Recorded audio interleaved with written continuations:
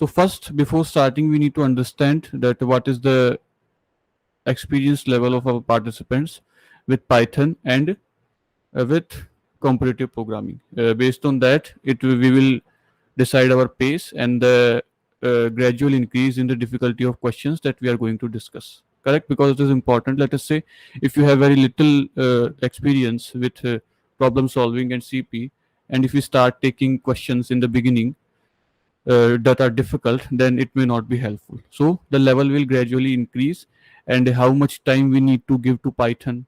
Okay, let us say we have students who are learning Python for first time, or maybe there might be some students for whom Python is the first language. In that case, we will need to give a little bit more time to Python. And if let us say all of our students have some experience with a previous language and have some experience with Python also, in that case, we can finish Python a little bit quickly and then start with a lot of problems. Okay. And one more thing, the webcams will always be off, and the microphone issue may sound strict. Like you may be wondering why it is so strict, how the session will be engaging. So this is not that strict. You are not allowed to unmute your mic and speak up in voluntarily. Okay, you will be allowed to speak up. You will be having a lot of discussions, and but you will do that only when I give you the permission. Clear?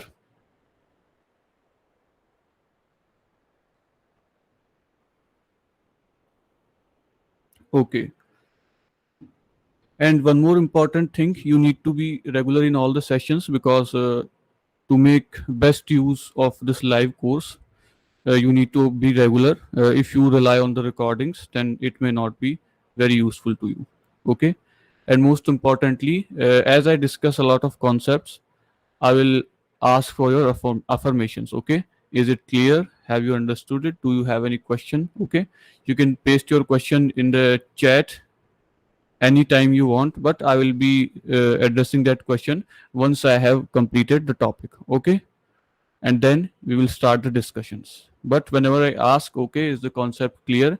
Shall we proceed? Then I expect that all of you provide a quick answer. Okay. We shouldn't waste time in getting to know. If you say yes, then we will proceed.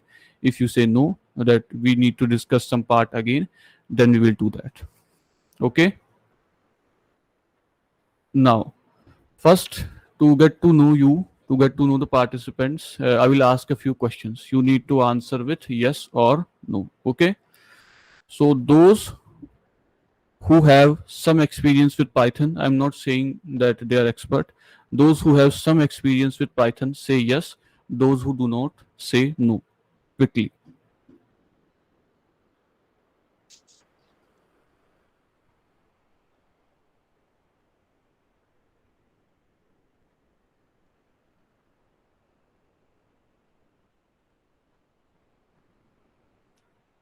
Okay. So, there are a few uh, participants for whom Python is new. Now, next question. Those who have some experience with any other language, a language other than Python, say yes. Those who do not say no.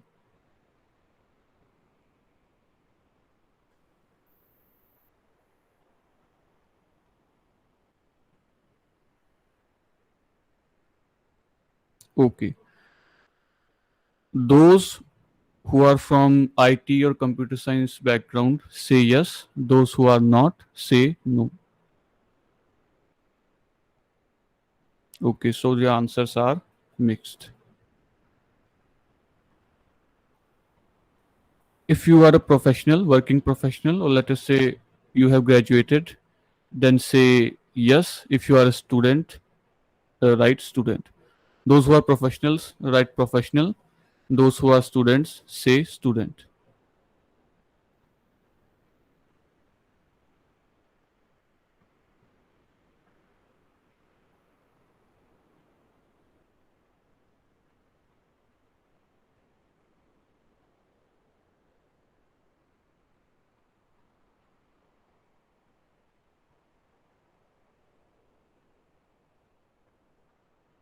Okay. So we have few students for which Python is the first language, and also it is the first language they are encountering, correct? They have not studied, and we also have participants who are new to the CS field. So let me first ask you this: what is your motivation behind this course? Like, why you want to learn competitive programming, and what are your ambitions with it?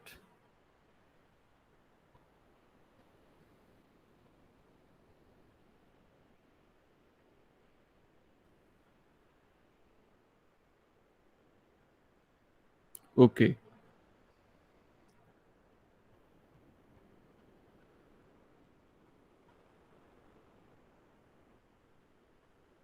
okay, placement in product-based companies.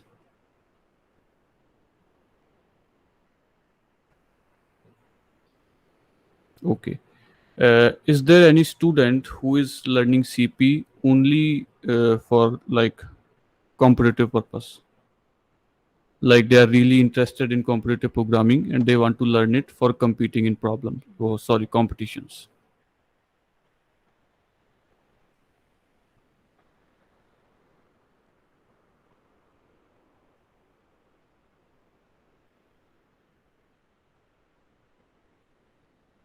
Okay.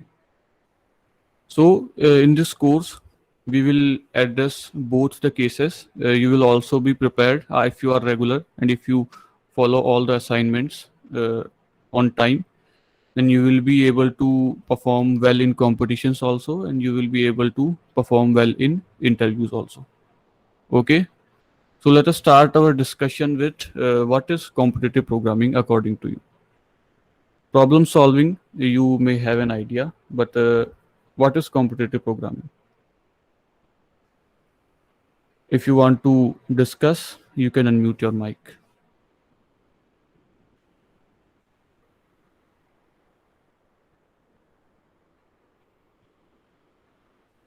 No idea?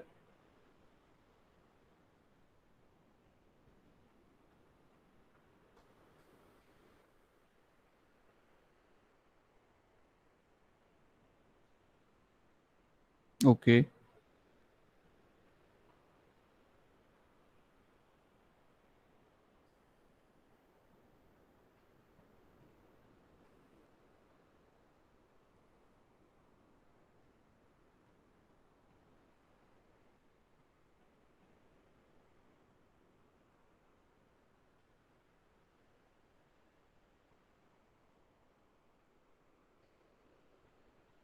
Okay. So all the answers make sense. Like if I am to explain what is CP simply, then performing well, writing good solutions under a time constraint. Like this is the simplest example simplest definition I can give you. Solving complex problem under a given time constraint. Now let us talk about the importance of competitive programming. So one benefit is clear. If you are aiming for competitions, if you are solving questions under time constraint, then you automatically get prepared for interviews also. Correct? The questions that are asked in interviews, they are definitely one step below the questions that are asked in good competitive programming contests. Right? uh, I think you might agree with this. In interviews, you never have very complex problems because their main goal is not to judge your problem, only your problem solving ability, but they have a lot of criteria also, like how you understand the problem, how you come up with the first approach, whether you are thinking out loud or not, whether you are asking correct questions or not. I mean, they will give you a problem and they will still leave some points, okay? And then they expect, okay, we have left them intentionally and the candidate should be able to figure out and he should be able to ask the correct questions in order to proceed to solve this problem, correct? So, uh, to mix all of these things, they asked problems that are of medium level. In interviews, problems are never like too hard. But when we talk about competitive programming contests, uh, likes of Kickstart, Code Jam, and Hacker Cup, they are the problems there may be very difficult. Okay, so if you are aiming for them, if you are solving problems that have been asked in previous contests, then automatically you are training your mind muscle, you are tuning your mental abilities one step up, and then automatically solving the problems that are asked in interviews becomes easier for you. Like, you must be very aware with the fact that the candidates who grab best packages in product based companies, I'm talking about Google, Microsoft, Deloitte, etc., Facebook, Adobe, EY. So the people who get best packages, they are always having, I'm talking as freshers, right? As freshers, the candidates who grab best packages, they always have some background to competitive programming. And why is that so? This is because of the fact that when you perform well there, that shows that you have problem solving skills. And if you have good problem solving skills, then you can easily adapt to whatever project is being provided to you, or whatever technology you are advised to learn. I mean, those candidates are, you will never find that they know a lot of things. They are they will never be very experienced in, let us say, website development or Android development, not very experienced in machine learning, data science, but they have good problem solving skills. And that is why it is a clear message to the recruiters that these candidates have good problem solving skills, and if we hire them early in their careers, then they will definitely adapt to the problems that we are solving. Correct? Do you agree with this or not? Like, why competitive programmers are paid very high packages by product based companies? Because they have, firstly, they are new, they have good problem solving skills. So if you are hiring them early, then this might be the best investment, even if you have to pay them a little bit more than uh, their competitors. Clear? Okay. Next, competitive programming has gained so much importance in India. So first, let me ask: are there any students who are not from India? Do we have students?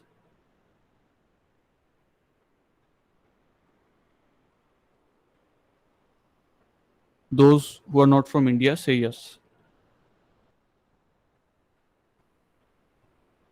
Okay, in this batch, we have from India. So you must be familiar with this situation. Need not to explain this. In India, there is a craze behind competitive programming. I mean, those who do not even aim for good companies, they still like to participate in contests and perform well.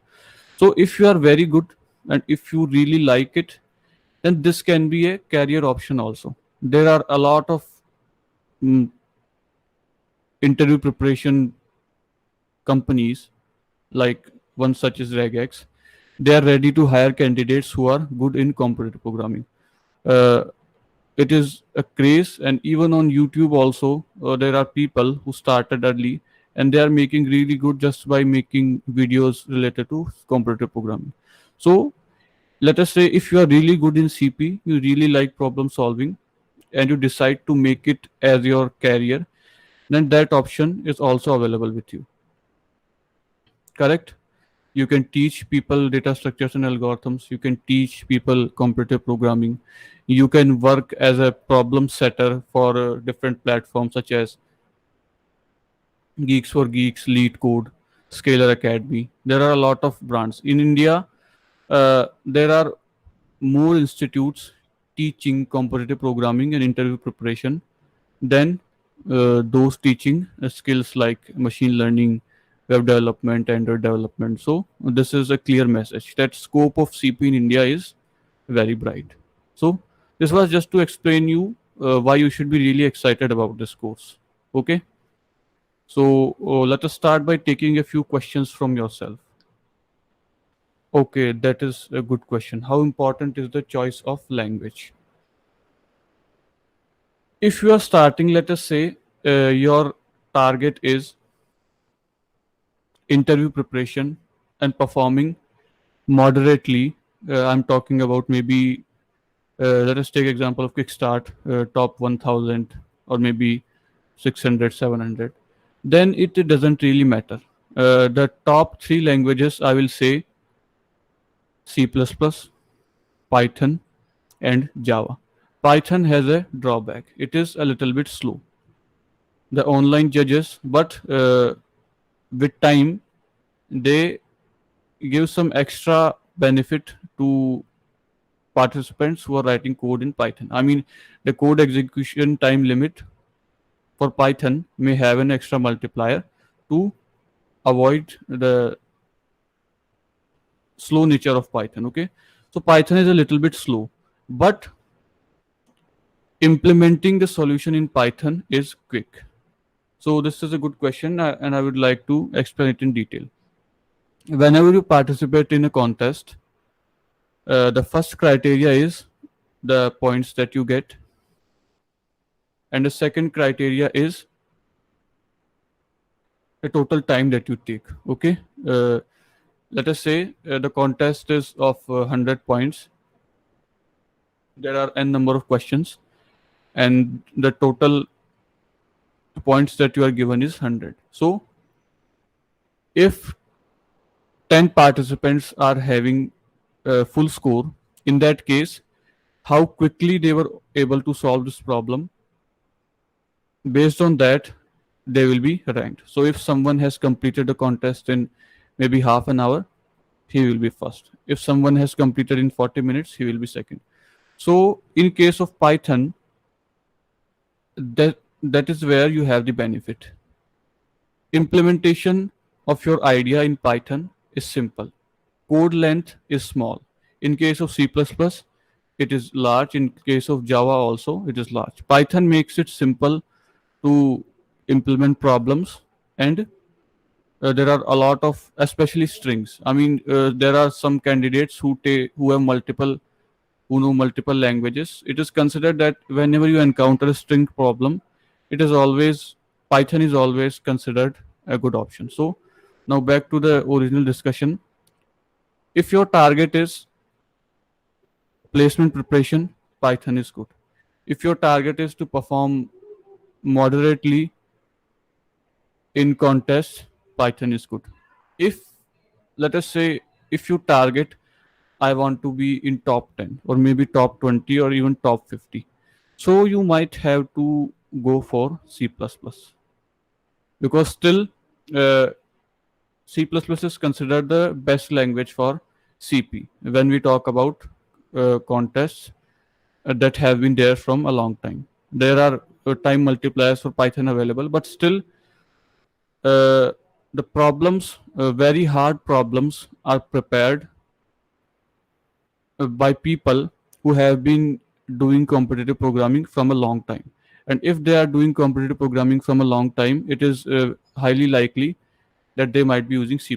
So it is believed when hard problems are framed, then C++ is considered. They prepare the problem keeping in mind that how the solution would look like in C++, and then they define the time limits, test cases, and everything. So Python is good if you are preparing for placements, if you want to perform well, if you are targeting to be a rock star competitive programmer. Let us say I'm talking about top 10 or top 50 in Kickstart or CodeJam in these competitions, then you should go for C++. But as a beginner, it doesn't really depend. If you are learning, if you are starting from Python, you have good problem solving skills, which is the benefit of Python. You have to focus less on the language, and you will be have more flexibility to think about the solution, to think about the problem. Okay, so that will help you. Python is good for understanding all the concepts. Once you have done that, then adapting to any other language will not be very difficult for you. Okay. No, it is not true. Most softwares are not made of C++. I'm saying for top 10 C++ because very hard problems are prepared by keeping a C++ solution in mind. That's why. But this is only the case, like you, this choice of language only matters if you are targeting a very high ranking. If you are like thinking of doing CP full time. Otherwise, is that it doesn't really matter. C++, Python, still top two choices. Python will help you implement your solution very quickly. Okay. Any more questions? Best platform.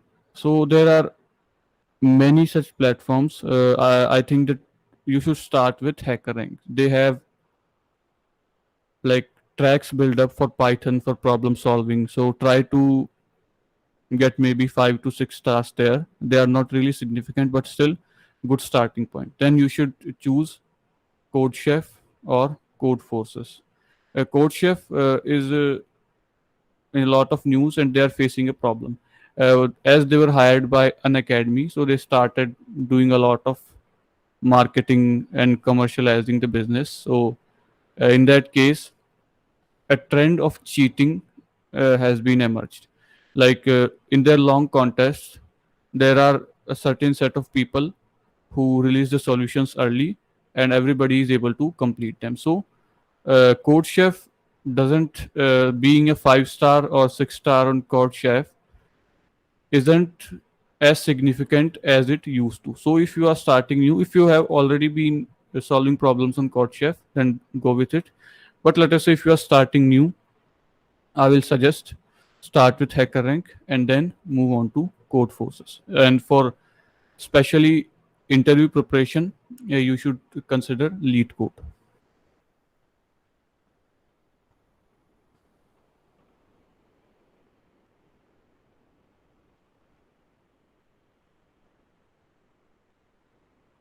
Okay, any more doubts? Then we will start discussing a few interesting problems.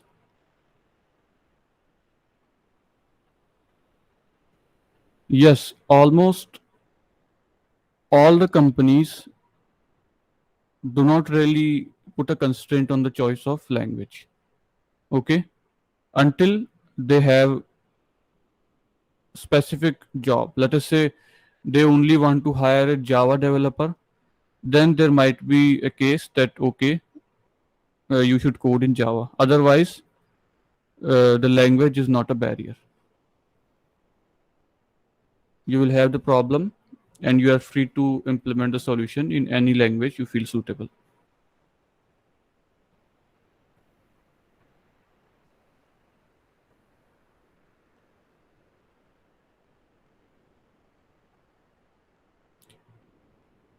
Is anybody interested in making a full career out of CP? Quickly. Please answer quickly with yes or no.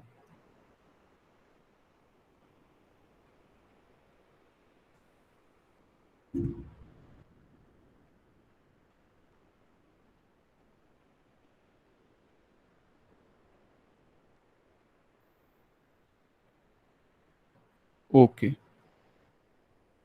So today we will look at a few questions, and those questions I have selected in a certain way to help you understand that okay, when you solve problems related to competitive programming, like when you solve a problem, there are many ways to solve it. There are brute force approach. There is a brute force approach, and there is a suboptimal solution, and there is a optimal solution. Correct?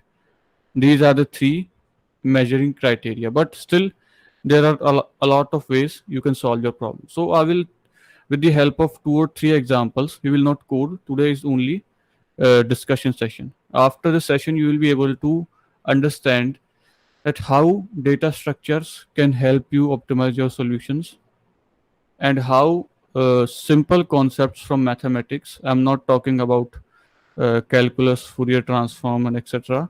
I'm talking about simple concepts such as number theory, permutation combination, sometimes maybe probability, and everything. Okay, so whenever you encounter a problem, then mathematics and data structures, both of these can help you a lot, and they can play a very significant role in optimizing your solution. So today we will understand that.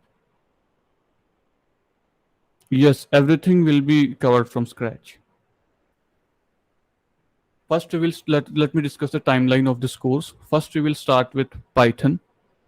It may take 8, 9, or 10 sessions. We will cover everything. And then we will start discussing data structures. And whenever you discuss a data structure, immediately we will also solve a few problems related to that data structure. And in when we have completed data structures and algorithms, in the last few sessions, we will only discuss problems. Okay.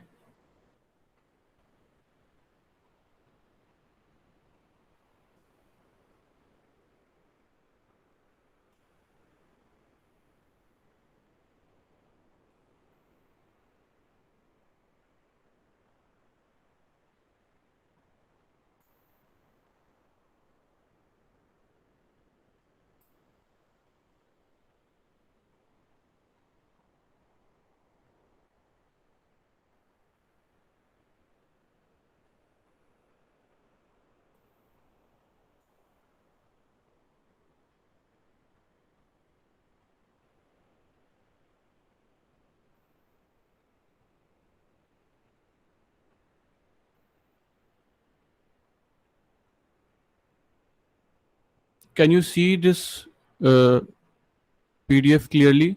Are the characters visible?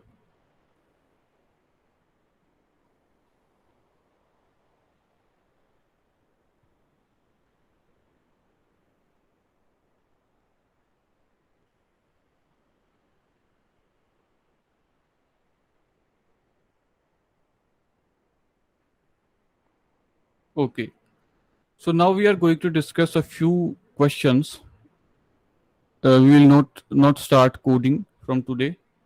This is only you are allowed to discuss your approaches. I will not ask you to code it completely, but I expect that at least you answer something, right?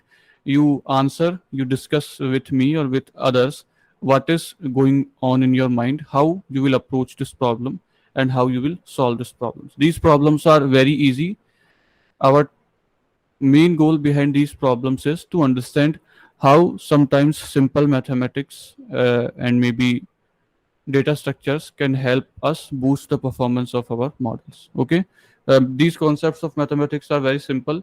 After this session, I will give you a list that okay, these are the concepts that you need to study. You have already studied them in your school. The only thing that you need to do is revise. Okay, so that you can participate effectively. So this is our first problem. It is from HackerRank. So everybody pay attention to the problem. There are two participants, Kevin and Stuart, and they are playing the minion game. Okay, so here are the game rules. Both players are given a same string S. Both players have to make substrings using the letters of string S. So, do you know what is a substring? Quickly answer yes or no. Do I need to explain what is a substring?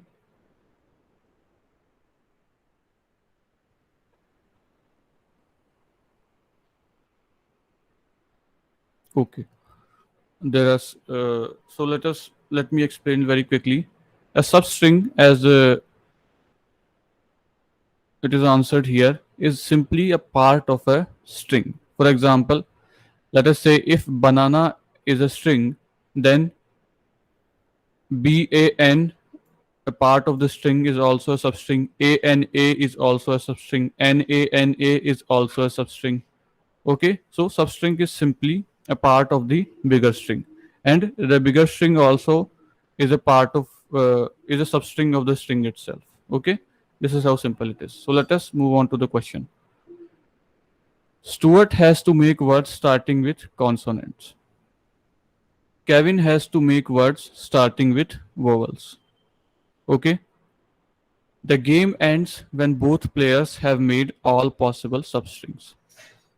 Scoring: a player gets +1 point for each occurrence of the substring in the string S. An example is given here. If string S is equals to banana, then Kevin's words will begin with vowels. One such example is A N A. So all the substrings that will begin with a vowel will give 1 point to Kevin, and all the substrings that will begin with a consonant will give 1 point to Stuart. Okay, so the task is you are given a string. Now you need to find out how many strings start with a consonant and how many strings start with a vowel, and the total numbers will be allotted as points to Stuart and Kevin. The one who has higher score will be the winner. So these are all the substrings for the word banana: B, N, BANA, BANNAN, and in this way. Now you can clearly see all the substrings here are starting from consonants. So there are total 12 substrings that we can form from the word banana. So Stuart has 12 points. And in this case, all the substrings are starting from A. So Kevin will have total 9 points. Here the frequency is given here, like how many times AN is appearing in the word banana. Okay, AN. So 2. A is 3 times A. So it is written 3. So total points of Kevin 9. Total points of Stuart 12. So Stuart wins. Okay. So this is the question. Now we will not discuss the constraints and input format because we are not writing the code. We are just discussing how you will solve that problem. Okay. So is the question clear?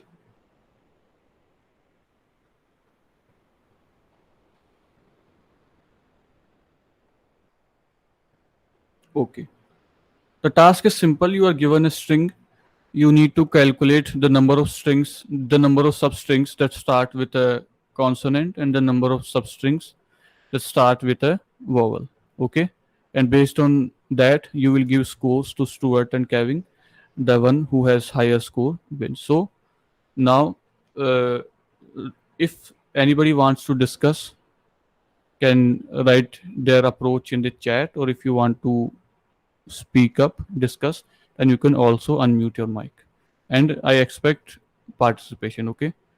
Do not worry if your approach is correct or incorrect. I will not ask you to write the code, but I should get some answers. Then only we will be able to understand the purpose of this problem. Okay, up to you. Words are not hard coded. Like this is one example. If your word is banana, so these will be the substrings from the consonant, and these will be the substrings starting from the vowel. Okay, the word can be anything. It can be banana, nana, nana, nana, anything. It can be Mississippi or anything. The word can be anything. It depends on your input. You need to calculate all the substrings from that word that start from consonants and all the substrings that start from vowels.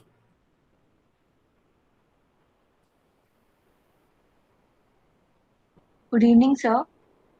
A Okay. simpler Good approach evening. will be just the vowels are A, E, I, O, U. So Yes. for the Kevin, right? Kevin was looking for various Yes. vowels. Yes. So we can check from going from the string from the starting, and whenever we encounter a vowel, then we can start doing it. And those which are not vowels, I'm just saying a simple approach. Others like from A to Z, the alphabets, the rest will be consonants. So we Yes. can exclude the vowels and then go with the consonant thing. Yes. This is correct. But how you will select the substring?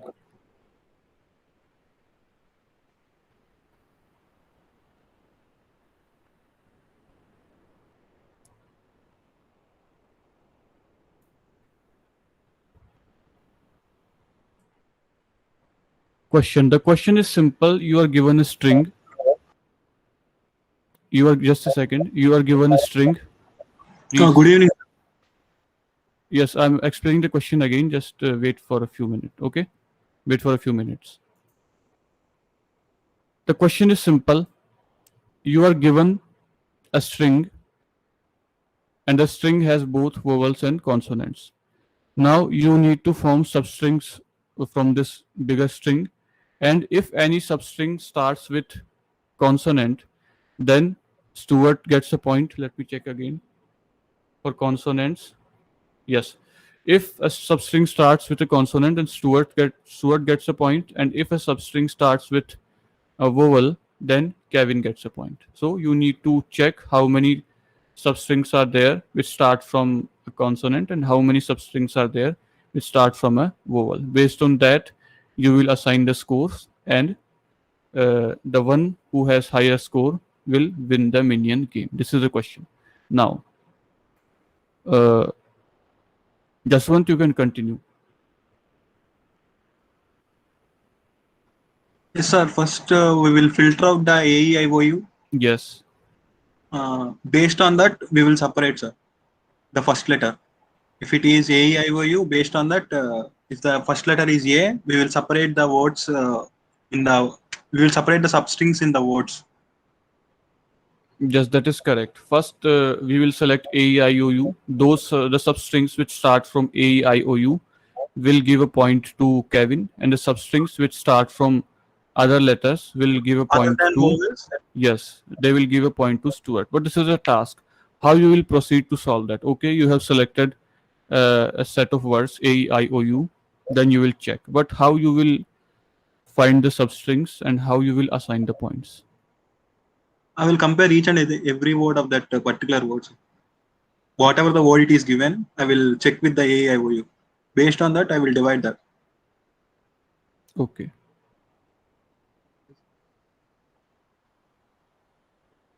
So this question is definitely on HackerRank. If it is on HackerRank, you will also find the solution. But I didn't ask for the solution. I'm asking. I will discuss an important approach that why we are discussing this problem. Okay. I didn't ask you to paste the solution, but rather give your approach how you are going to solve this problem. So we can compare starting from the index 0 till the last index of the string, and if if it is vowel, then we can take initially from the first index, suppose, till the last index, and so forth. We can continue. Yes. Yes, you can turn on your mic. Yeah, respected sir, sorry for interrupting you. So actually, what I have done is I have created two variables, integral variables. The first one was Stuart and the second one was Kevin. And I took a string banana, which the string could be any whatever the user would like to take. I will take it as input. Oh, sorry, input. Then for the length of the string, I would create a loop for it, and for every word, for every letter which is occurring in the loop, I'll check for it whether it is capital or whether it is a vowel or consonant. And there might be possibility that the letter would be capital or lower. So I use the function lower to convert that uppercase or lowercase, whatever it is, to lowercase. And then I checked if it is a vowel. After that, for whatever the string left after that occurrence. For example, if I for banana, I check BNNA and the value of I is 1. So the string left is A and A and A. So for the string with length 1, 2, 3, 4, 5. For string with length 5, I would run a loop again, and the total number of possibilities would be stored in Kevin, the variable Kevin. And so the same with the story. That's what I did. So I did copied it from here. No, that is okay. Like I have not checked it. It may be correct, may be incorrect. What I asked is today we are only discussing the approach. So you need to discuss how you will solve this problem. If you have written the code, then good. But Okay, okay, sir. so we have I will. okay, no problem. So we have the correct answers. Okay, but I was expecting you to explain how you will exactly solve this problem. We can generate each and every substring, and Yes, that is the question. How you will generate the substring? Because uh, in the process of generating substrings and assigning points, there I will explain where you can add a little bit of math to boost up the solution. So I'm expecting someone to explain how you will generate all the substrings. Like this is the first task for solving this problem. How you are given a string, how you will generate all the substrings for that string. Okay, you can go ahead. So we can use library like the feeding tools for creating the all the substrings, or we could use recursive function. Yes, there are libraries, there are iter tools. There you can use it through permutations, or you can also create substrings by using product. There are many methods, but now I'm discussing the simple iterative solution, like how you will use loops. Like this is a hint. You need to iterate through everything. So how you will generate all the possible substrings of a string. Can we use this like for Yes, every letter? yes, you can use this. But how you will iterate through and how you will generate all the substrings. So we could create a loop for all the indexes For each of the letter. string, and then by using the list comprehension, the method which Bhavya used for word and that list comprehension one, and we could use I in the front side, not at the back side of the column. Okay, so let me start. So all the answers were correct. Like first we can decide A, E, I, O, U. Those substrings which start from A, E, I, O, U will give a point to Kevin, and those who start from other words will give a point to Stuart. Okay. Now the task is how you will generate all the substrings.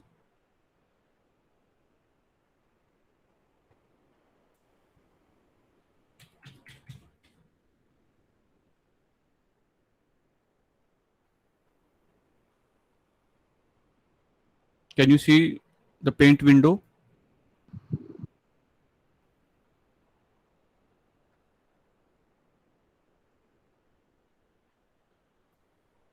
So first I will discuss the simple brute force solution. Okay. So you are given this string banana. Okay. Let us take the example which is also given in the question. Now our task is to generate all the possible substrings. Now that point is clear. If it starts from A, I, O, U, you will give 1 point to Kevin. If it starts from maybe a consonant, words other than A, I, O, U in the alphabet, then a point will be given to Stuart. Okay. So how can we generate all the substrings of this word? Whenever you are given this task to generate substrings and you are told that okay, you cannot use any inbuilt library, then this is how you will proceed. You understand loops, right? What are loops? Please answer quickly. Okay, loops. So there will be first outer loop which will run from index 0 to the length of the string. Okay, whatever string you are given.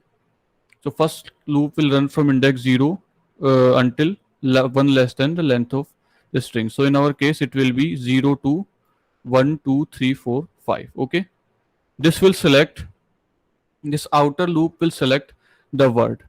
Then we will need another loop which will select all the substrings that start from that word. Clear? For example, I'm starting this first loop. I will start with index 0, B. Now this second loop will keep on increasing from one step ahead of this letter I. Counter for the first loop will be I. Let us say for the second loop it will be J. So it will start from one step ahead of this letter. That means if it is 0, then 1. If it is 1, then 2. So in our first case, I is 0, so it will start from 1. And we will start collecting substrings. In Python, it is easy with the help of string slicing. Okay, that we will understand later, but just understand that we are somehow selecting a substring. So first, it will be from 0 to 1. So 0 to 1, whenever we select, then the upper limit is excluded. If you are running this loop in range 0 to length of the string, which is 6, so in that case it will run from 0 to 5. Okay, if you are selecting a substring, a lower limit is 0, upper limit is 1, it will exclude 1, it will only select 0. Yes, if you are selecting a string from start to end, then end will be excluded. It will be selected 1 less than the upper limit you have specified. Okay, so in first iteration b will be selected. In second iteration, when this second loop increases by 2, so when you are selecting 0 to 2, ba will be selected. Okay, ba, and then similar way, first b, then ba, then ban, then bana, and similarly you will select all the substrings that you can form from this letter b. Clear? The goal of the first loop is to select the letter, and goal of the second loop is to generate all the substrings that start with that letter. Okay, so in this case you will implement the second loop, and you will also keep checking, select the first letter of the substring that we have generated. Is this a consonant? If yes, then give a point to Stuart. If it is a vowel, then give a point to Kevin. Okay, so for this what you can do is you can create a string with these letters A, E, I, O, U.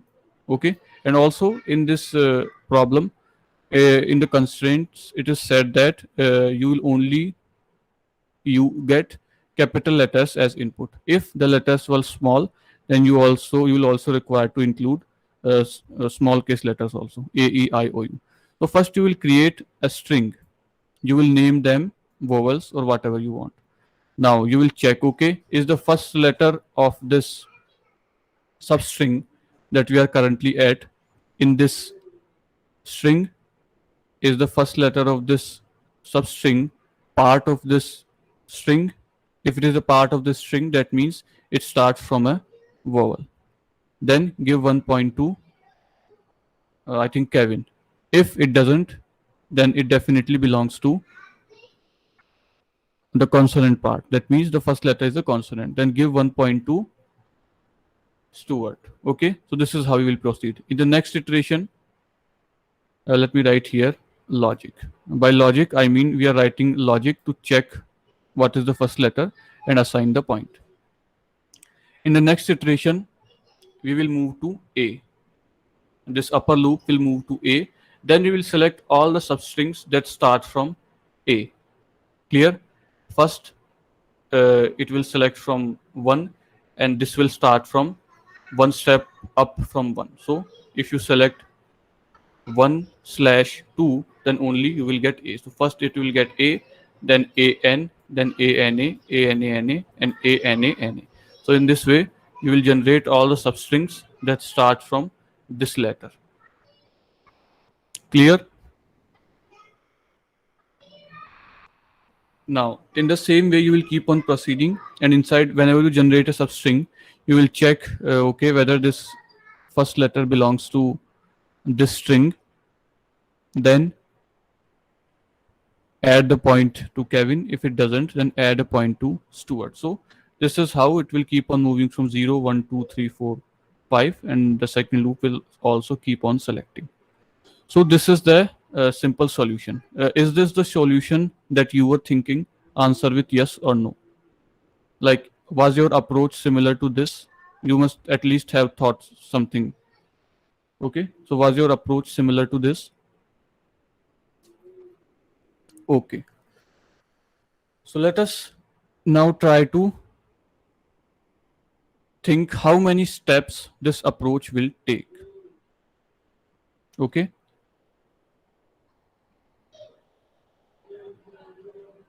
first loop will go from 0 to 5. Second loop, in the first case it will be 5, then it will be 4, it will be 3, it will be 2, then 1 and 0. But we can say it depends on the length. So complexity, as we are using 2 loops, it will be big O of n square. Okay, That means if the length of our input string is time complexity analysis we will cover later, but for today just understand that when you try to implement this solution on a string of length n, then you will need to carry out steps that will be somewhere around n square. Okay, if the length of string is 5, then the number of steps you carry out will be of the order of 25. This is the upper limit. They cannot exceed 25. They will be less than 25, but somewhere similar. Okay.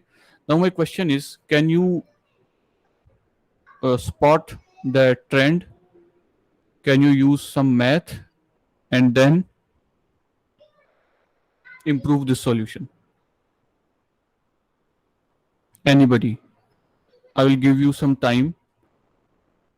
Let us say 5 minutes. You need to come up with a solution which can improve this, and the change will be drastic. There is a definite trend for the solution. You do not. Okay, I will not give you the hint because it is simple. So you need to spot the trend. Now you need to come up with the solution. String slicing, this is what we are doing here. The logic what I have written here, we are doing string slicing. That means we are selecting a string from I to j. So when I is 0 and j is 1, you are selecting b. This loop will start running from I plus 1 to length of the string. So you will generate all the strings, all the substrings that are starting from I. Okay, so string slicing we are already using. Okay. Yes, this is correct.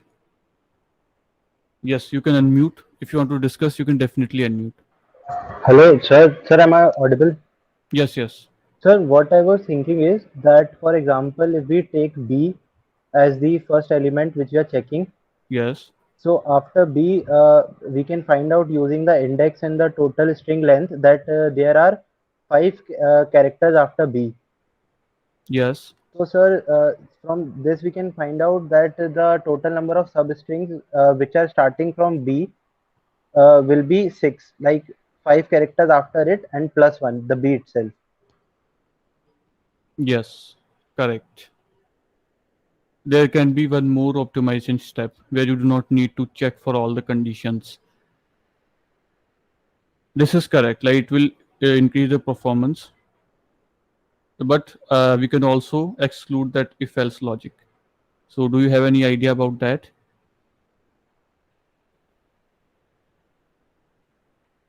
Okay, yes. Ankit, can you explain how you will use permutation combination? Okay, first let me ask, is there anyone who is not familiar with permutations and combinations?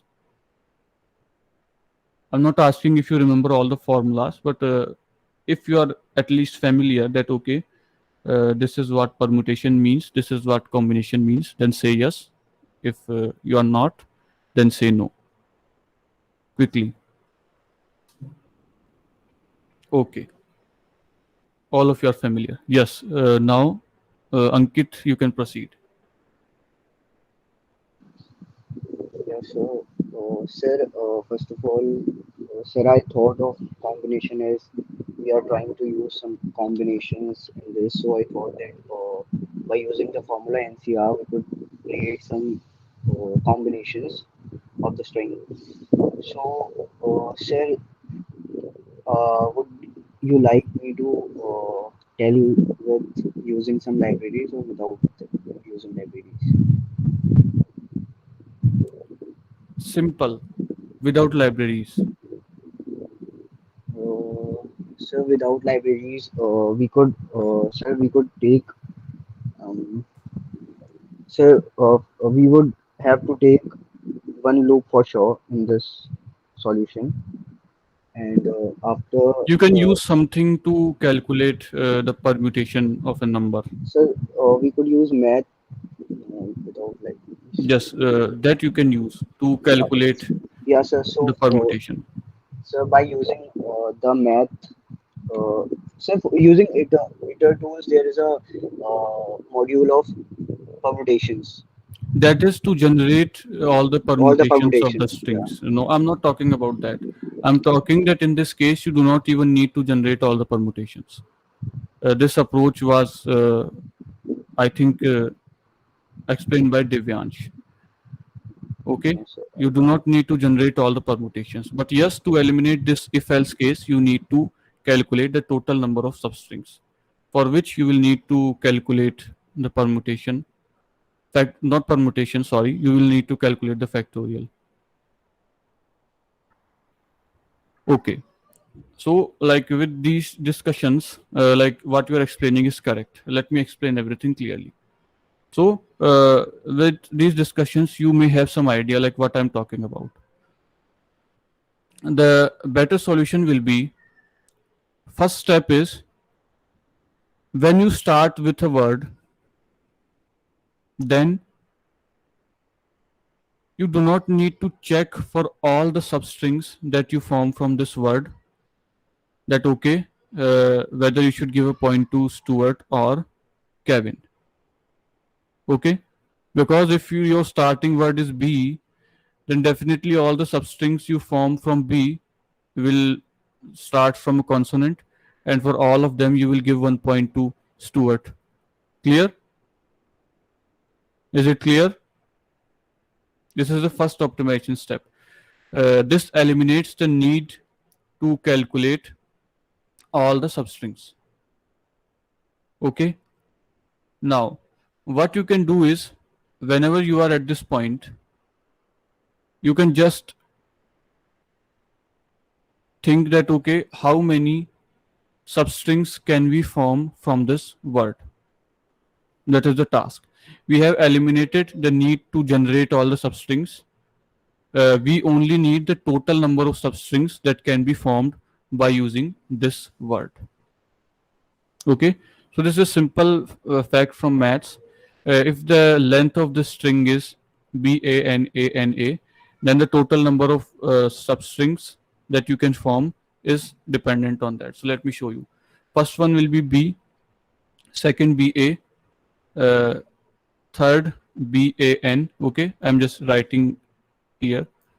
Let me write here. First B, keep counting 1, 2, 3, 4, 5, 6. Okay, so if you have a string of length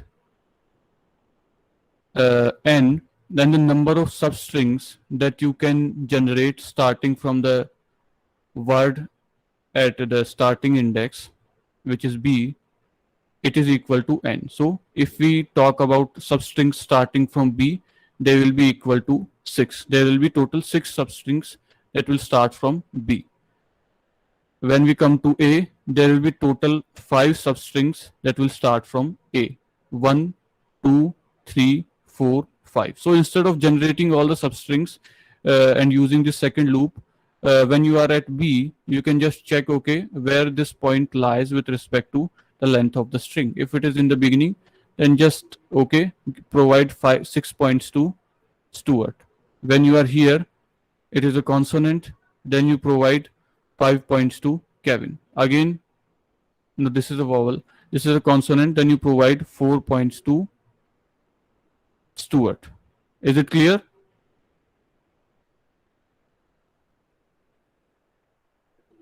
Okay. Now second optimization can be, no, n factorial, it will come into use later. Here I'm just talking about like how many substrings you can form starting from this word when you are given a string of length n. So it will be equal to n. If you are, let me explain again. If you are given a string and you are said that okay, calculate all the substrings starting from the first letter of the string. So that will be 6. From here it will be 5. Here it will be 4. Okay, you can check yourself. So n, NA, NAN, NA, NA. So total number of substrings starting from n will be 4. Okay. Now the next task is, we do not need to calculate points of both of these players. we can just calculate the total number of substrings that we can form from a string of length n, and then just calculate the points for one player and subtract that from the total number to get the score for other player. So is this concept clear? Quickly answer yes or no. Clear? Both of these steps are easy. We are just using very simple maths, but you will see the performance boost that you get will be huge. So the total number of substrings will be something like this. It will be for this letter 6, then from second 5, 3, 2, 1. Okay. So in this case, we are not using permutation and combination. Total number of substrings that you can form from a letter of length 6 is the sum of natural up to that letter. Okay. Permutations you could use in the other way for calculating this, like how many substrings you can form, but we have done something more simpler.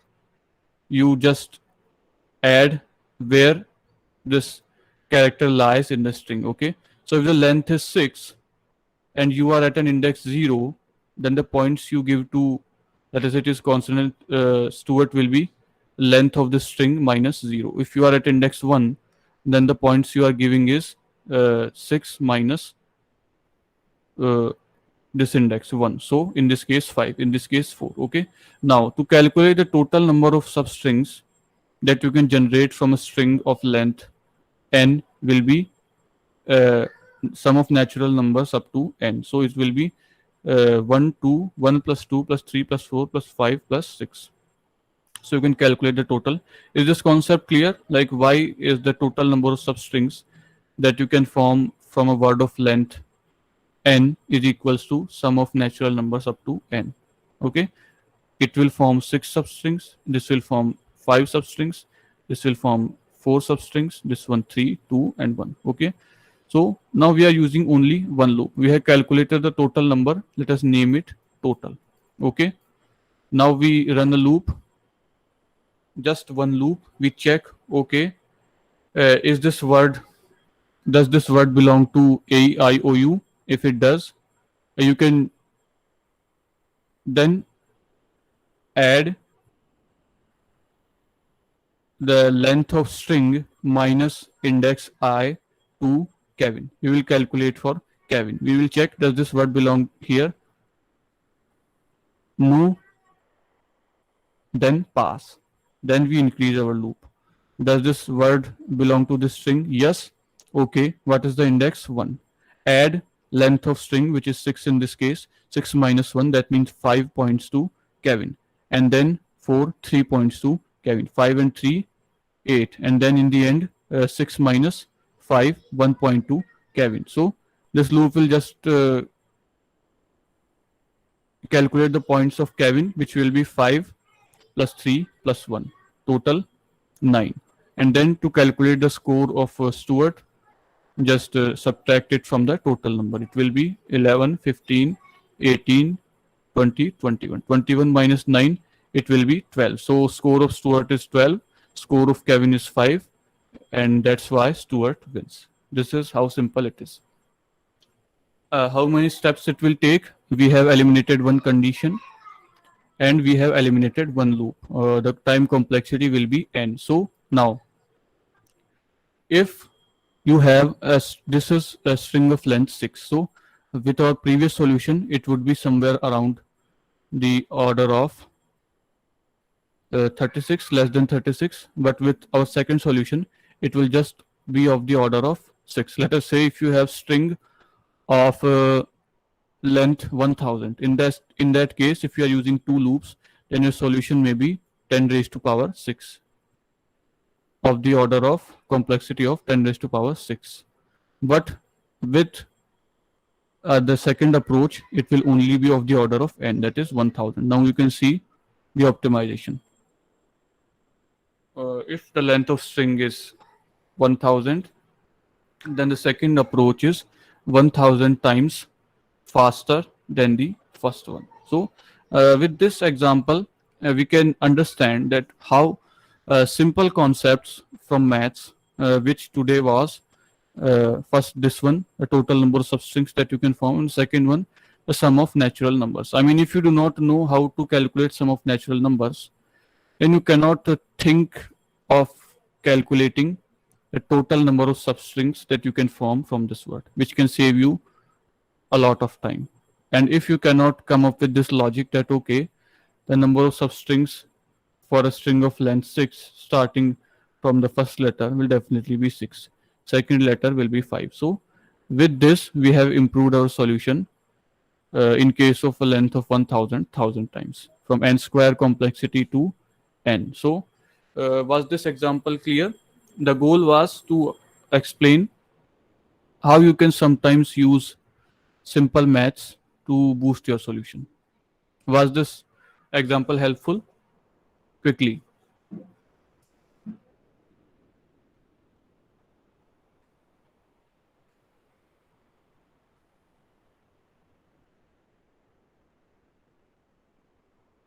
Okay.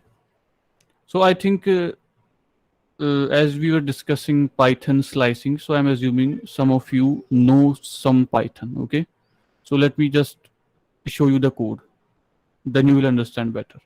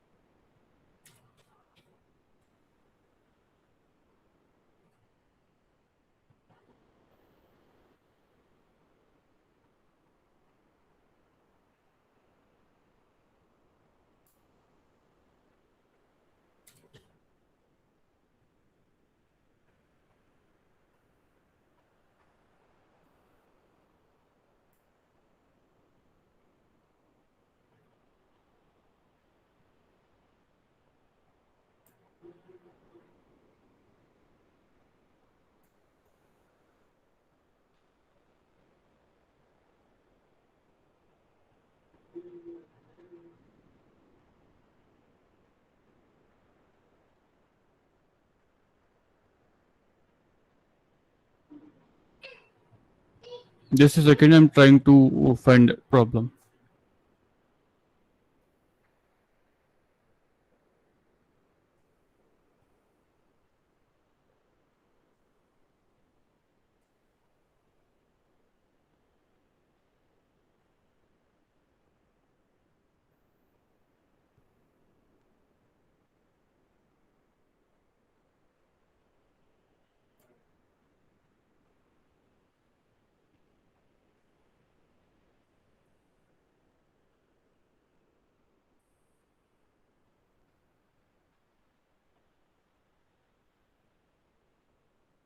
So these are the times that I tried to create a, brute force solution so that I can explain to you, right? I always use this example. So let us first go through the wrong approach.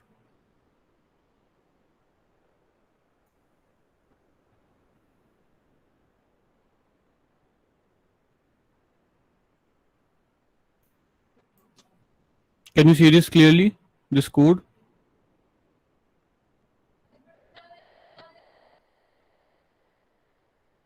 Okay.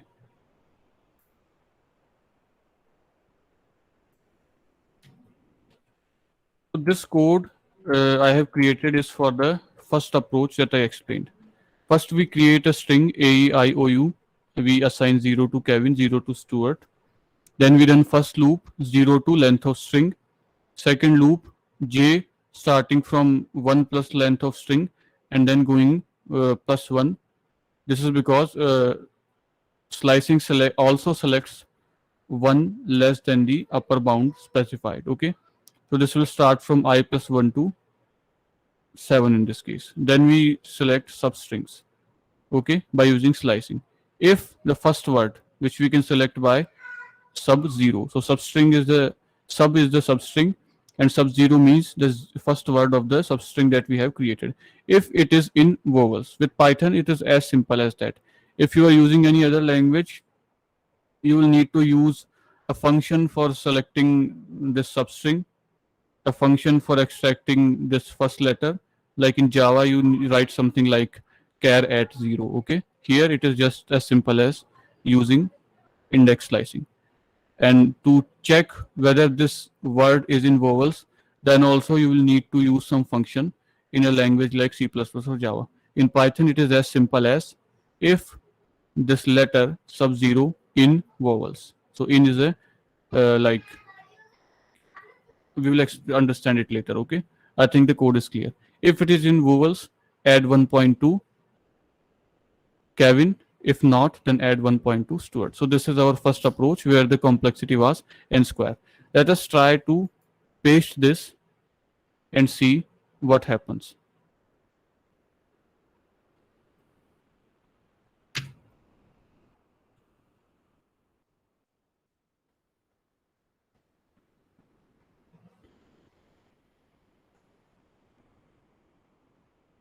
As I have copy pasted, it is showing indentation error. Let me check.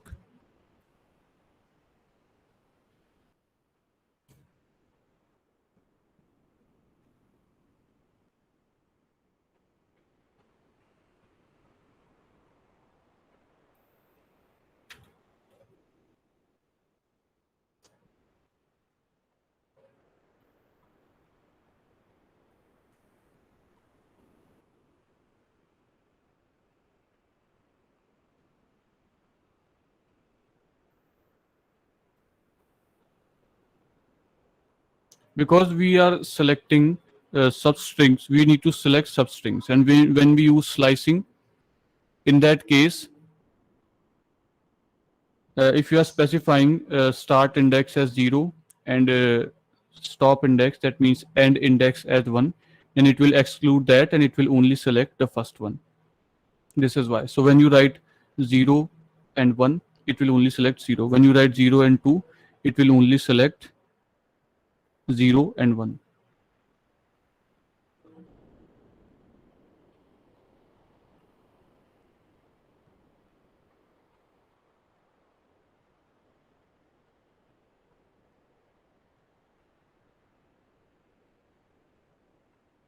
This is a custom code. Like the question asks you to print only the pair and the name of the player, and let me check.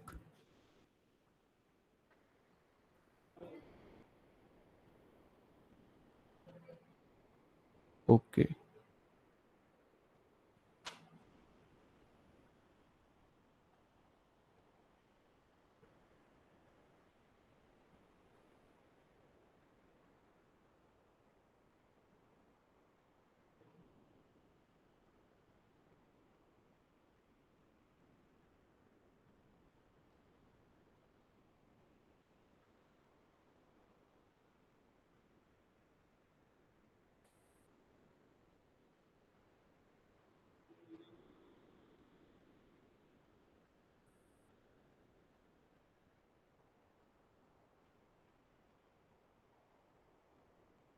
This is just a printing mistake. We are printing the output a little bit different from what this editor is expecting.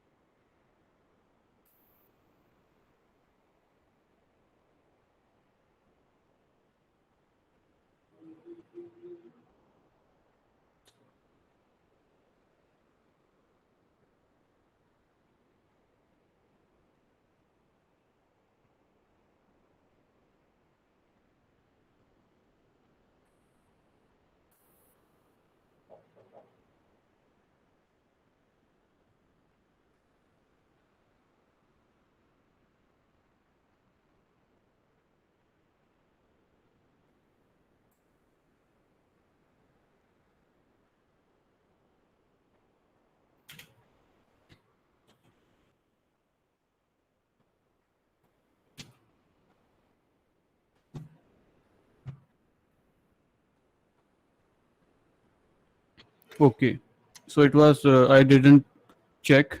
Python 2 was selected, but we have written the code as per Python 3. Now this is a correct solution, okay, but a solution that seems correct might fail you when you try a very large output. So for very large output, in contests also they have time limit. They have set time limit that okay, the most optimized solution should be able to finish within this time limit. If it doesn't, then they will produce an error.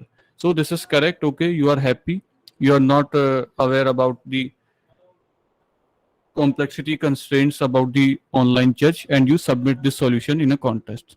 So now let us see what happens. The test cases where the input was small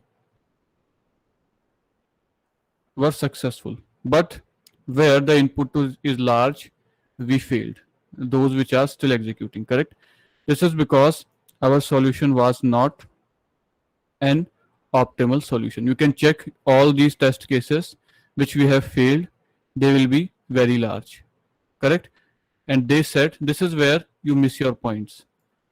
These test cases which require your solution to be optimal, they have time limits set. For small inputs, you may be successful to execute your code within that time limit, but for very large output, you may get stuck, correct? Now let us try to paste here the second approach that I explained.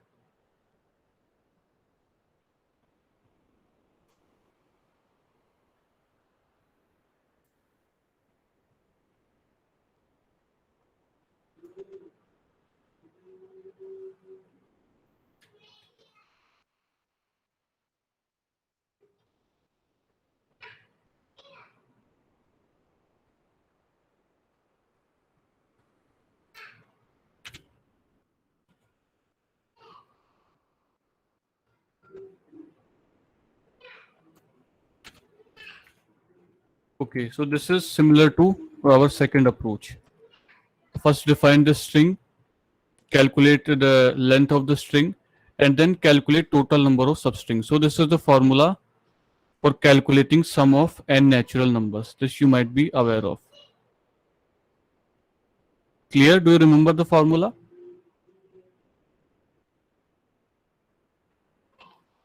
Do I need to explain this? Okay, you remember. So the formula for sum of first n natural numbers is n multiplied by n plus 1 upon 2. So this is what we are using. So just in single step, we have calculated total number. And remember the previous loop, there were two loops and there were two conditions also, if else. Here, it is a simple loop for I in string, and if I in vowels, then add n to Kevin, and then keep decreasing n. Now this is a simpler approach. You can also use what I explained, right? You keep track of this letter, index letter, and add the difference between the length and this letter. That means 6 minus 0, 6 points. It is also same. This loop is simple. If I is in vowels, for I in string, you keep, because as you keep progressing one step inside a string, that means the total number of substrings that you can form will also be reducing one step. So that's why we are reducing this length to -1 at each step. This is how simple the solution looks after our optimization. Now let us try if we can fulfill the time limit.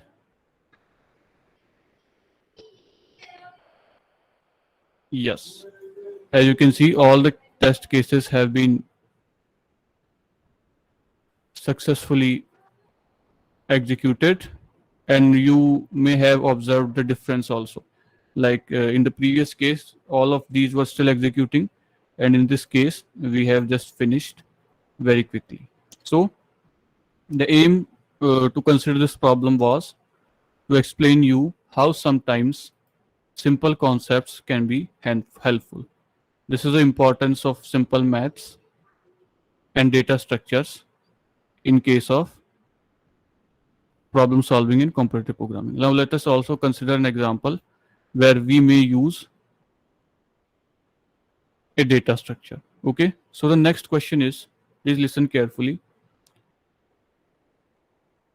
You are given a list of numbers, or those who do not know list, they can consider you are given an array of numbers. So if I tell you to find out the largest number, you can do that. Okay, you can run this simple loop and you can find it. Second largest, then also maybe it is possible within 2 iterations. If I tell you third largest, or if I tell you fourth largest, then it might get a little bit complicated. So this is my question. You are given an array. Those who know other programming languages, in Python we will be using lists. You are given an array or list. Your task is to find, and you are also given a number n. N will definitely be less than the length of the array. You need to find the nth largest number, or let us say not largest, nth smallest number from the array. So answer this question. What will be your approach? Is the question clear? First tell me, was the previous example helpful in understanding how simple concepts from mathematics can be helpful for solving or optimizing the problems? Yes or no?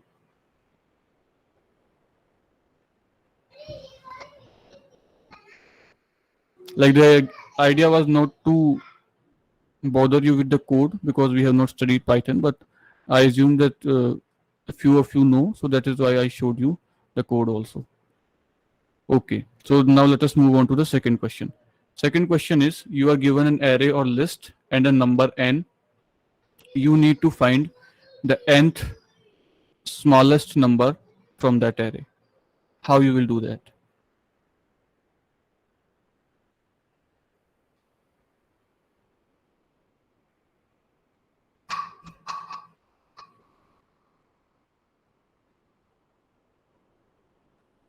No answers?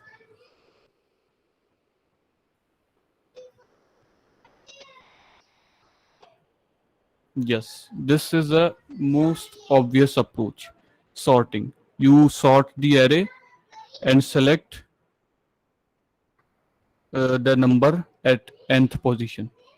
That will definitely be your nth smallest. Okay, if you sort in ascending order, then the number or descending matters. The number at nth position or the length of the array minus nth position will be your answer. Okay, so this is one approach. You have to sort it. So, but I'm saying which sorting algorithm you will use. There are sorting algorithms which have complexity as high as n square, and there are algorithms which have complexity lowest possible will be n log n. Okay, those who do not understand these, they do not need to worry. We will cover everything. But I'm saying that there is a better approach than sorting, and it involves using a data structure. Yes, correct. Heap. So heap, how many of you know heaps?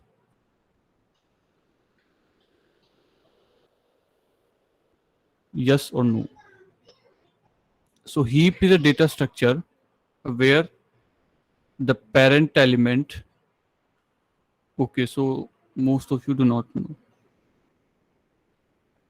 Okay, still let me explain. Heap is a data structure where the element that you have at the top is, if it is a max heap, is largest. If it is a min heap, it is smallest. So instead of using sorting or something, you first create a heap of your array, and then at each step you just start taking out the element at the top.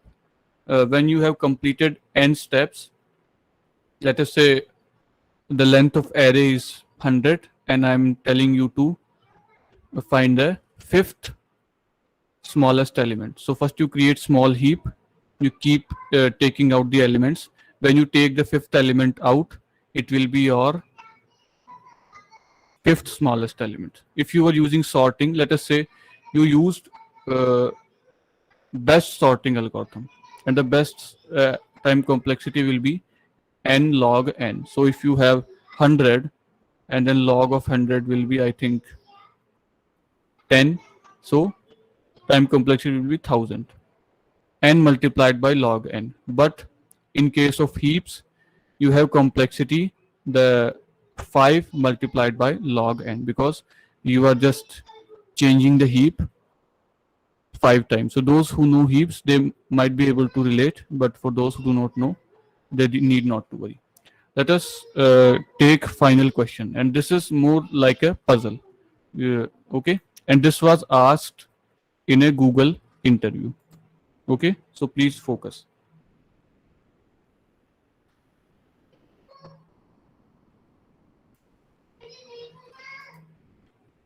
Okay, so everybody listen to this question carefully. You have 100 doors.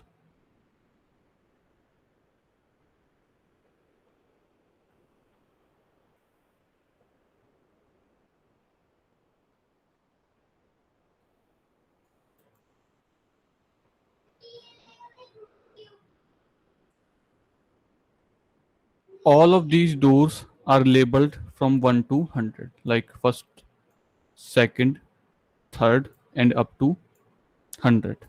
Okay, there is a person here. Okay,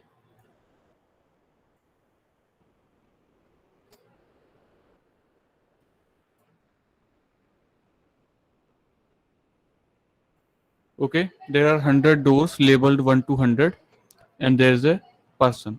This person holds 100 cards which are also labeled as 1 to 100. Okay, first one is labeled as 1, second one is second, third one is third, 50th one 50, and 100th one is 100. Okay, you have 100 doors and you have 100 cards. Let us say this person is named Kuldeep. Okay, so the Kuldeep has 100 cards. Now he is bored and he tries to do something fun. So what he does is he picks one card in sequence, like in first turn he will pick 1, in second turn he will pick 2, in third turn he will pick 3. Okay, so he will pick a card and he will move through all the doors from 1 to 100. Let us say he has picked 1, he will go here. Now he will check, is the number which is written on the door divisible by the number that he is holding. Okay, if it is divisible, then he will open the door if the door is closed, or he will close the door if the door is open. So let us do a dry run. He starts from 1, he holds 1. Now all the numbers from 1 to 100 are divisible by 1. So he will, initially all the doors are closed, so he will close all the doors. Okay, now he will pick up 2. In this iteration, he will check, is 1 divisible by 2? No. So he will not change the current state of the door. It is open, it will remain open. He moves to 2. Okay, now 2 is divisible by 2. He opened the door as when he was holding the card 1, so it is open. After first iteration, all of them are open. In second iteration, 1 is not divisible by 2, it will remain open. 2 is divisible by 2, he will close the door. 3 is not divisible by 2, it will remain open. 4, he will close the door, and he will keep on doing so, and till the end he will close all the doors which are divisible by 2. Now he will hold 3. Okay, 1 was opened after 2 iterations, 2 was closed after 2 iterations, still not divisible. 3, I think if 1 opened it, 2 didn't have any effect. 3 is divisible by 3, so it is opened. Now 3 will close this door. Okay, so he will proceed in this way. Whenever he finds a door which has a label which is divisible by the card he is holding, he will change the current state of the door. If it is opened, he will close it. If it is closed, he will open it, and he will repeat this process 100 times. Okay. Now the question is, you need to find out which doors will remain opened if he has when he has completed all the 100 cards. The process I have explained, you need to find out in the end which doors will remain open after 100 such turns. This was asked in a Google interview. Is the question clear? Answer quickly. Is the question clear?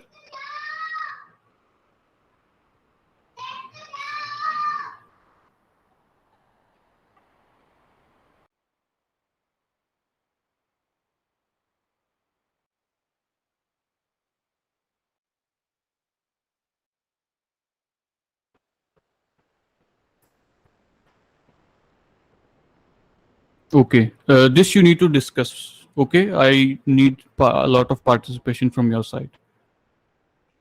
Here again, we will be using probably simplest math possible to optimize our solution to a large extent. Okay. Anybody? I'm not asking you to write in the chat. I expect you to open up your mic and discuss the solution. I assume the question is clear. Okay.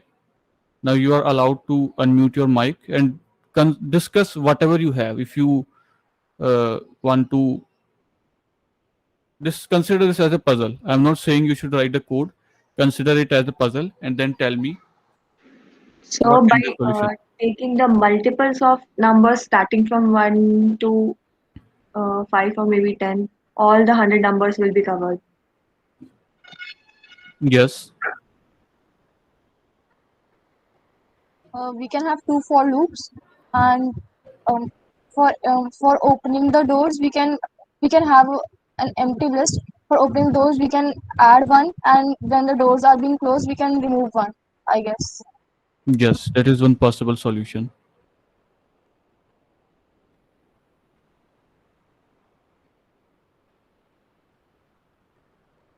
Any other solution? So I think this should be clear. You run two loops, and whenever the first loop will be from 1 to 100, second one will also be like that. So if the number in the second loop is a multiple of the first one, then you change the state.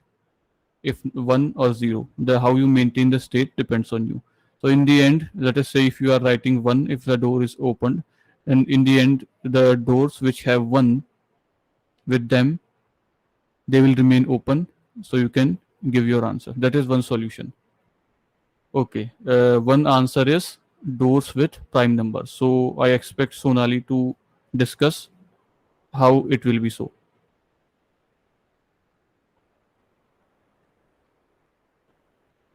Anybody else likes to speak up, like why this will be the case?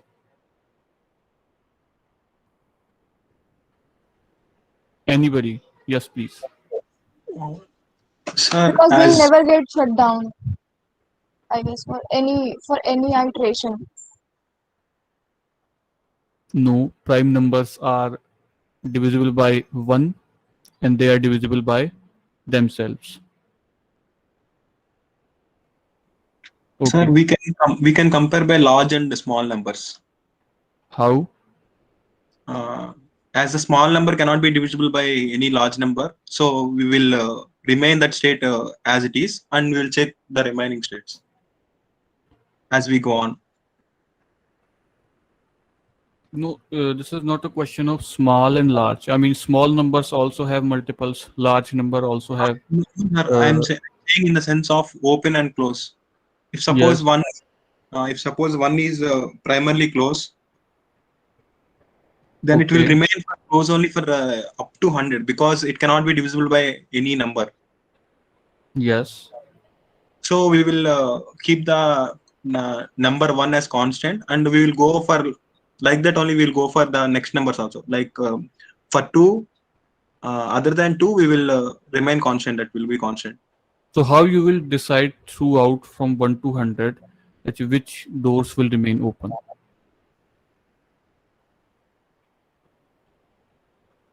That is the question. Like with your approach, how you will figure out which doors will remain open after all these iterations. So the first door will be closed, sir, Yes, first door will be closed. for the 1 to I think 100. it will be opened, not closed. Initially, it is opened. One will open the door. First will remain opened. But you have first we have discussed. Maybe you can find out it for 3, 2. You can figure out. Okay, one will open, two will close. So 2 will remain closed. 3 will remain closed. 4 will remain open. So with the small numbers, you can check the iterations. Okay, this will open, this will close. What about large numbers? How you will decide that which one of them will remain opened?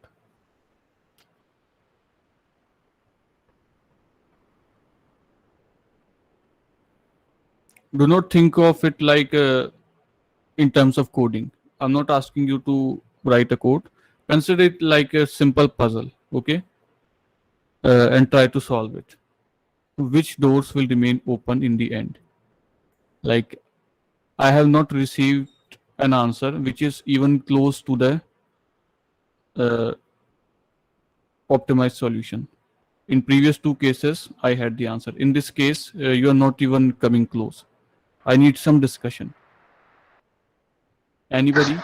Sir, one thing we can do is, Yes. so the number we are taking into consideration of the postcard, like for 2.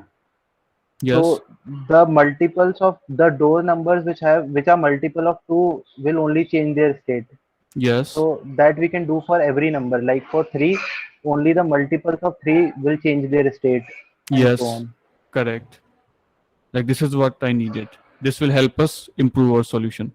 Yes, sir. Okay. So how it will solve our problem? Your answer is correct. You check the multiples, how many multiples a number has, and then how you will decide based on the number of multiples that this door will remain open or it will remain closed.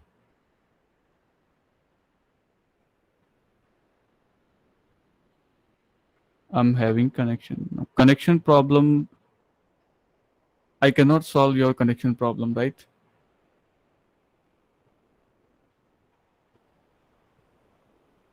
Okay, so let me proceed. So what the approach that Divyansh suggested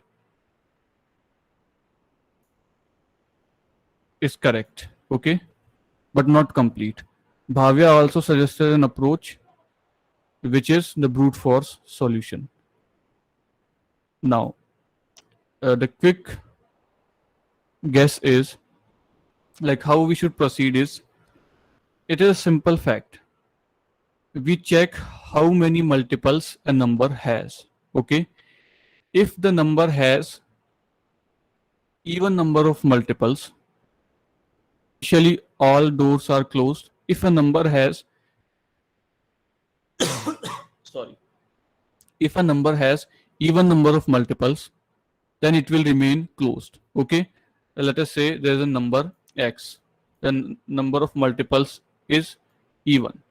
Then in that case, if there is a number to open the door, then next number will close it. Open, close. So the series will be like open, close, open, close, okay? Because initially all are closed, so first multiple will definitely open. So if a number has even number of we should not say multiples, I should say uh, like divisibles, the numbers which are divising, number of dividends, okay? If a number has even number of dividends, then it will remain closed. Open, the cycle will be like open, close, open, close. If a number has odd number of dividends, then the cycle will be, then that number will be opened, okay?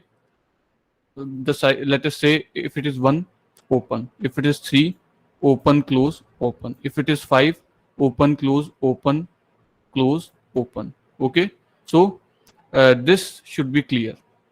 This is the first step.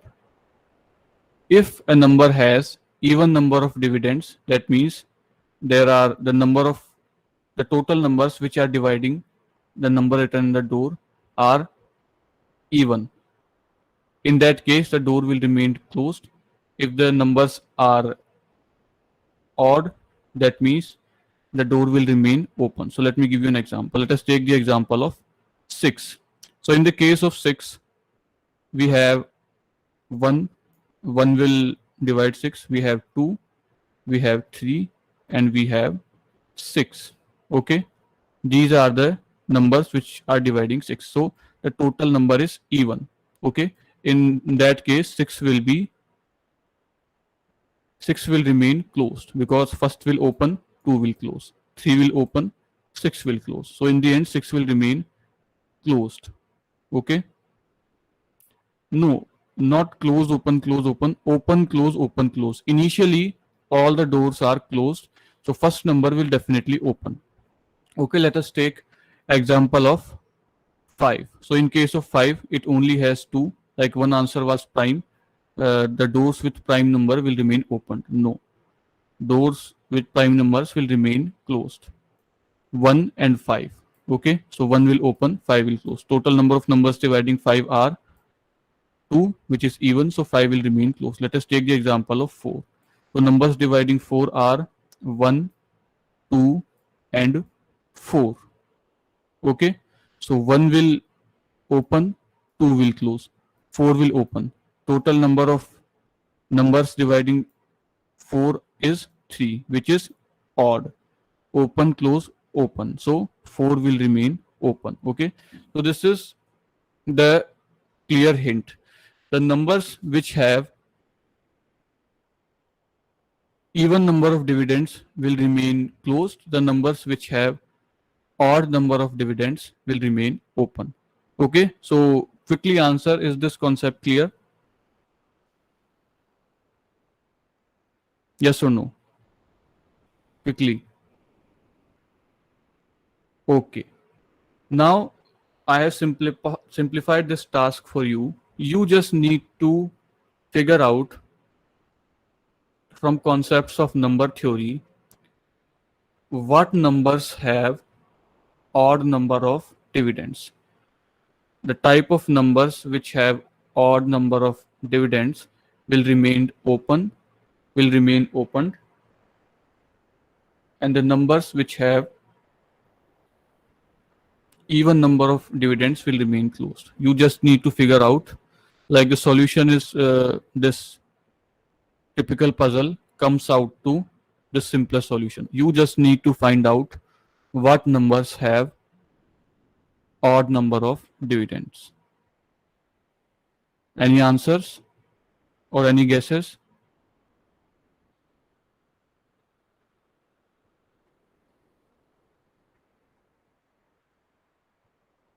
No? Would you like to take time, or I should reveal the answer?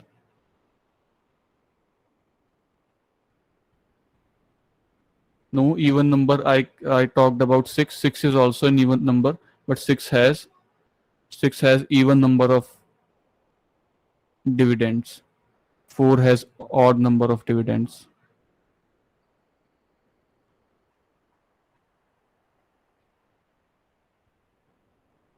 Any other answer?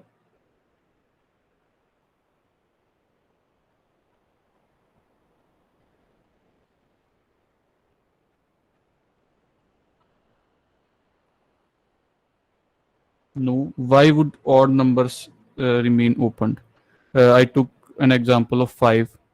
I took an example of even number also, a prime number also, and an odd number also. 1, 5. So 5 is an odd number. It will remain closed. Opened by 1, closed by 5.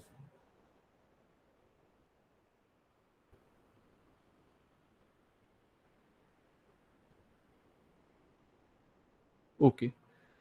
So I'm going to tell you the answer.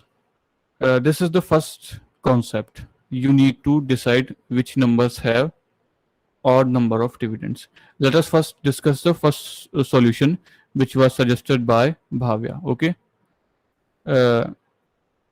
No, 5 is the prime number and it is closed, open, close.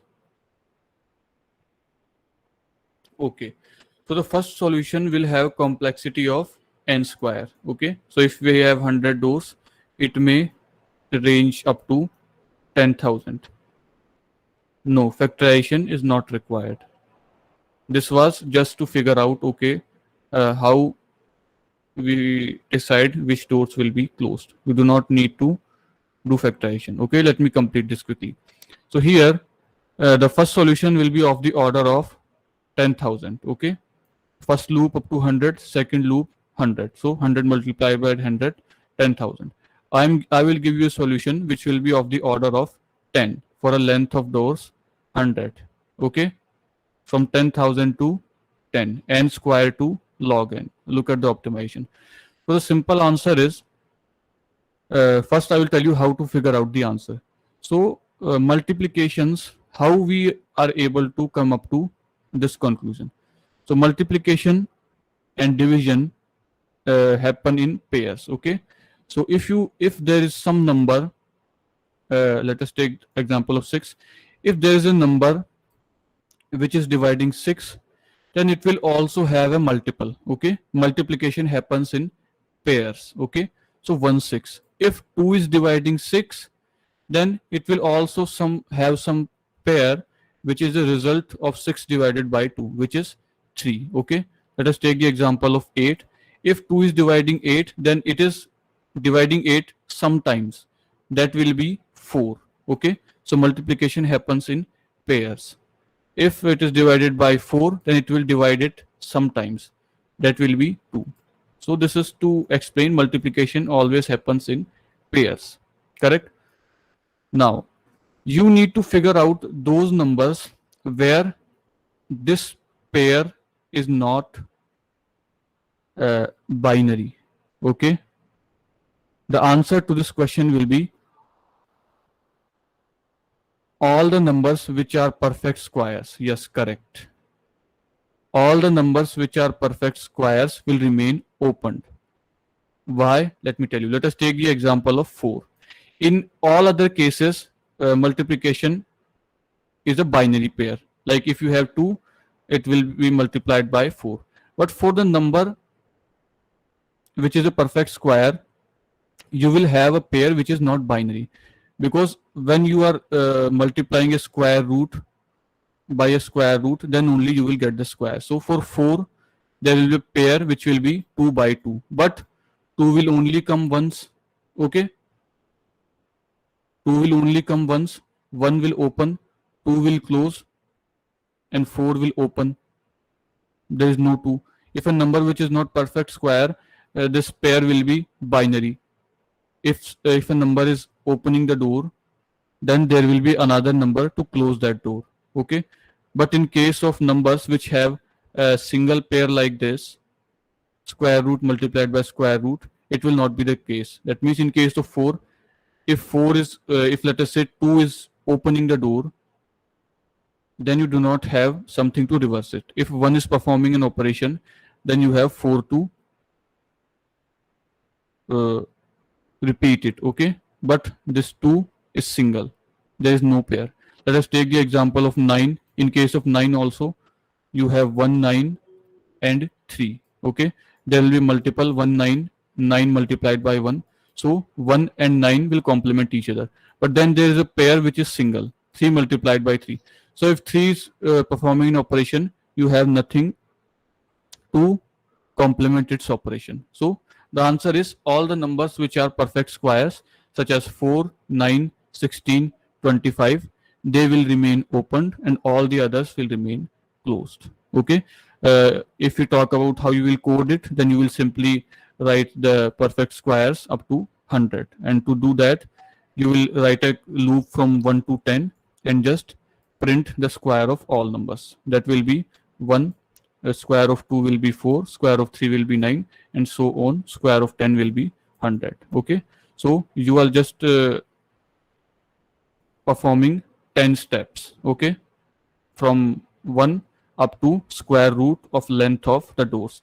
If we have 1000 doors, then it will be square root of 1000, or less than the closest square that you have to 1000. If you have 10,000, then your loop will run 100 times. With the first approach, brute force approach, it will run into 10,000 into 10,000 times. So this is the solution. Was this helpful? Is this example clear? Again, the concepts that we used to solve these problems are very simple concepts from number theory, right? Prime numbers, square numbers, multiples, number of dividends. Okay. So how do we narrow down our approach? This comes with practice.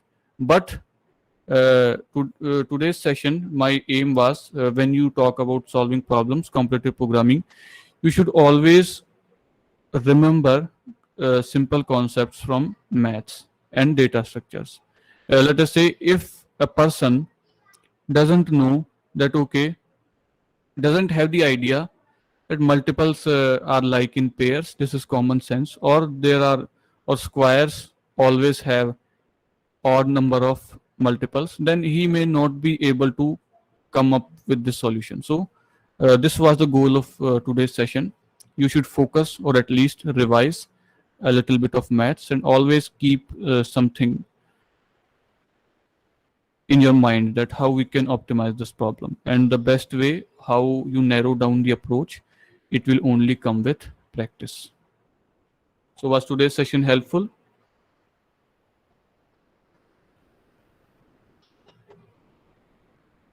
Okay, from next session we will start learning Python, and the environment that we will be using will be Jupyter Notebooks. Okay, so today's goal was to help you, give you a taste of how we solve problems, what is brute force approach, what is optimized approach, how we narrow down things, how concepts, very basic concepts, can help us optimize our solutions to a great extent. Now, for all of you, usually we have attendance. From next session, you will take attendance, but today's attendance will be based on the feedback form. Okay, all of you, it is compulsory for all of you to fill out this feedback form and provide your feedback that how was today's session, whether you were able to achieve the goal or not.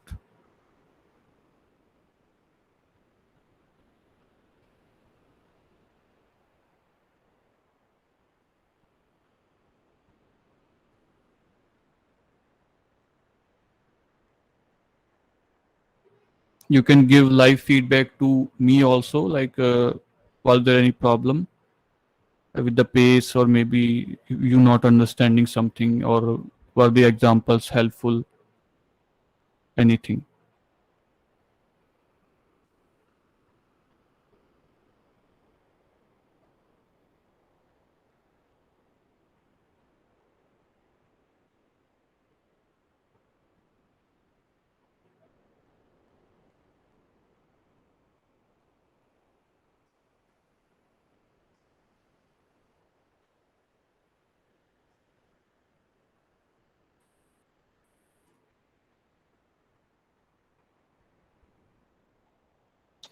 Okay, then that's it for today.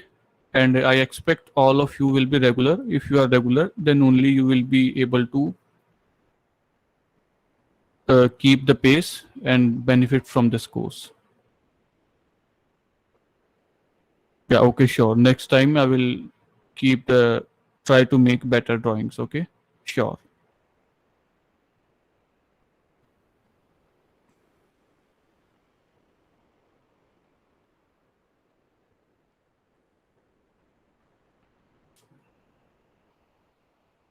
Okay, that's it for today. Thank you. Let us see each other in the next session.